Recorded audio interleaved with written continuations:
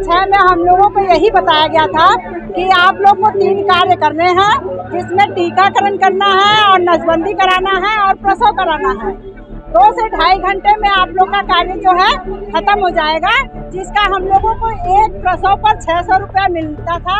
आज 2024 चल रहा है, आज भी हम लोग को 2024 में भी 600 रुपया प्रसव का मिल रहा है।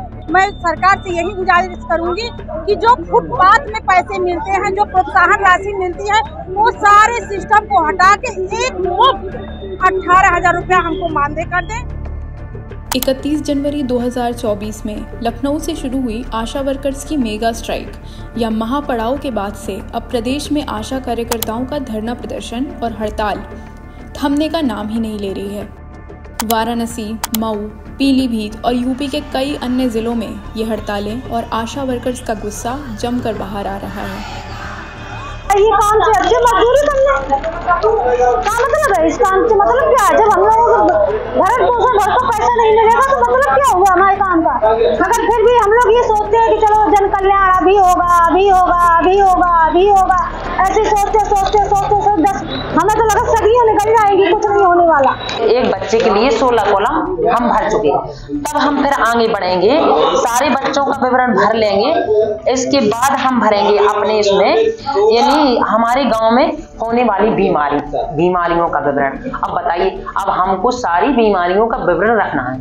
अब इसमें अब बताइए आशा को कितना काम है, फिर भी आशा को कहा जाता है कि आशाएं काम नहीं करती हैं, मक्कारी करती हैं, गद्दारी करती हैं, ऐसा बोलते हैं और पैसा भी नहीं दिया जाता है। जब 2006 में सरकार ने देश भर के गांव-गांव में आशा कार्यकर्ताओं को नियुक्त किया, तब उनके कार्यों में बच्चों के टीकाकरण, गर्भवती महिलाओं को अस्पताल लेकर जाने, नसबंदी कराने और स्वास्थ्य सेवाओं के बारे में लोगों को जागरूक कराने जैसे काम शामिल थे। और तब से लेकर के आज तक आशा वर्कर्स को राज्य और राष्ट्रीय स्वास्थ्य मिशन के तहत 2,000 रुपए की मासिक और 3,000 रुपए से 5,000 रुपए की राशि प्रदर्शन आधारित प्रोत्साहन राशि के रूप में दिया जाता है। लेकिन पिछले कई महीनों से आशा वर्कर्स इस न्यूनतम वेतन में बढ़ोतरी और राज्य कर्मचारी के रूप में आधिकारिक मान्यता की मांग कर रही हैं। आंगनबाड़ी का बढ़ गया, हम लोगों का टाइम ही बढ़ रहा है। 2,000 रुपए से इतना मिल रहा है, उतना ही मिल रहा है। 2,000 चलो पहले डिलीवरियों को मिलता था, उसके बाद ये थोड़ा थोड़ा करके टुकड़ों में मतलब है वही, और काम बढ़ गया, पैसा उतना ही है, उससे आगे नहीं बढ़ा, काम बढ़ा है। लोगों को ये लगता है आशाओं को 10,000 मिलते होंगे, 20,000 मिलते होंगे, आशाएं जानती है आशाओं को कितना मिलता, 2,000 पट्टी मिलती, 2,000 पट्टी हमारे कागज फोटो कापियों में चले जाते हैं, किराए में चले जाते हैं। हमारा वेतन किया जाए, दीदी यही मांग है कि हमारा वेतन किया जाए। काम तो ठीक कराते हैं, वेतन नहीं देते हैं, बाल बच्चे काय में पालेंगे। चुनाव चल रहा है, चुनाव में क्या काम इस तरह बढ़ा हुआ है कि नहीं बढ़ा? बड़ा है इस तरह। क्या बढ़ा हुआ? यही तो बड़ा है कि नहीं आभा ID बना रहे और ये आयुष्मान कार्ड बनवा रहे, फीडिंग भी हो रही, ये तो पहला होता नहीं था, ये तो नया। ये कब से बढ़ा हुआ है?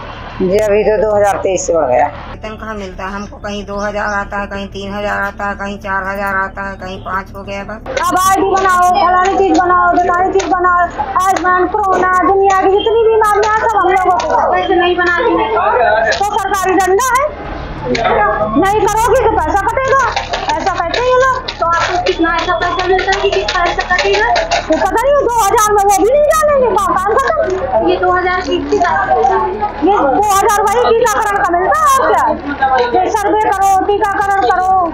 उत्तर प्रदेश आशा बहु कल्याण समिति की राज्य अध्यक्ष सीमा सिंह ने मीडिया को दिए अपने बयान में बताया कि आशा कार्यकर्ताओं को सरकार की तरफ से स्वास्थ्य बीमा भी नहीं दिया जाता है, जबकि ये महिलाएं दिन भर स्वास्थ्य केंद्रों में होती हैं और किसी भी संक्रमण की चपेट में आने का इन्हें सबसे ज्यादा खतरा होता है।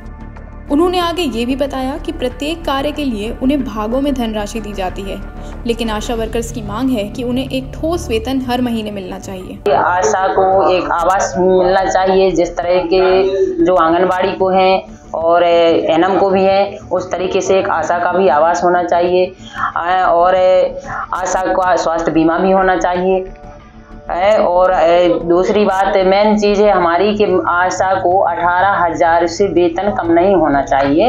जो हमको टुकड़ों में देते हैं वो हमको टुकड़ों में ना दे करके एक मुश्त जो धनराशि है उसको बना करके हमको 18,000 ही दे। कम से कम हमको हमारी मजदूरी तो मिले। छुट्टी भी नहीं मिलती है महीने में कि छुट्टी मिले। सभी कर्मचारियों को हफ्ते में छुट्टी मिलती है लेकिन हम लोगों को छुट्टी नहीं दी जाती है। अब तो जितने स्वास्थ्य विभाग में काम होते हैं तो सारे आशाओं से लिए जाते हैं, सारे काम आशा करके देती है। जैसे कि टीकाकरण है और टीकाकरण के अलावा जांच की जिम्मेवारी आशाओं की है। गांव में कोई बीमारी फैल रही है तो भी आशाओं की है और फिर भी उसको यदि मतलब उसकी मेहनत का पैसा ना मिले तो दुख होता है।